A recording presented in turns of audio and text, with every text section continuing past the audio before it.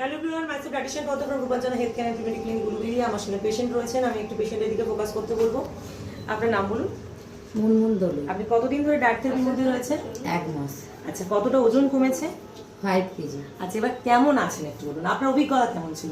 ভালোই আছি, আগের থেকে অনেকটাই সুস্থ আছি। কোনো অ্যাসিডিটি গ্যাসের সমস্যা? না। কোনো কনস্টিপেশন? না, কিছু আমি নয়? যে কম খাবার, আগের যে খাবারগুলো খাচ্ছিলাম সেইগুলো বন্ধ করে দিয়ে যে এখন ডায়েট থেরাপির মধ্যে আছি, ডায়েটের মধ্যে যে আছি, আমার কোনো এখন প্রবলেম হয় না। কোনো প্রবলেম হচ্ছে না, না? আমার অ্যাসিডিটি আরে কোনো কিছু হচ্ছে না। আগের থেকে খুব ভালো হচ্ছে। আগের থেকে এনার্জি লেভেল কি বেড়েছে? আরো বেশি অ্যাক্টিভ এনার্জি লাগছে? বেড়েছে। আর যখন আপনি শুরুতে এসেছেন কিছু ব্যথার সমস্যা ছিল, হ্যাঁ, গাঁটে ব্যথা ছিল, পায়ে ব্যথা ছিল, সেগুলো সব এখন আর না। নেই। সেগুলো থেকে অনেকটাই আপনি ভালো ভালো আছি, আছেন। হ্যাঁ। তো আপনার কি মনে হয় ডায়েট থেরাপি মানুষের করা উচিত? হ্যাঁ, অবশ্যই। অবশ্যই করা উচিত।